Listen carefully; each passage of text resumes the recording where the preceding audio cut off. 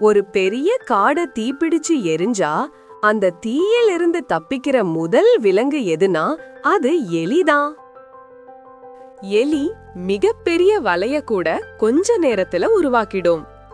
எலி இரும்பு தவிர எல்லாத்தையும் சாப்பிடும். ஆனா அதே எலி ஒரு மரப்பொறியில சிக்கிடுச்சுன்னா அதால தப்பிக்க முடியாதுங்க. இதுக்கு என்ன காரணம்னா அதோட பதட்டமான மனநிலைதான். பதட்டமான மனநிலை இருந்தா எவ்வளவு பெரிய ஆளா இருந்தாலும் தடுமாறிடுவாங்க. பதட்டம் உங்க ரத்த ஓட்டத்தை அதிகப்படுத்திடும்.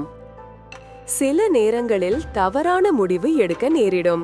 உங்க மனச பதட்டம் இல்லாம வச்சுக்கணுமா?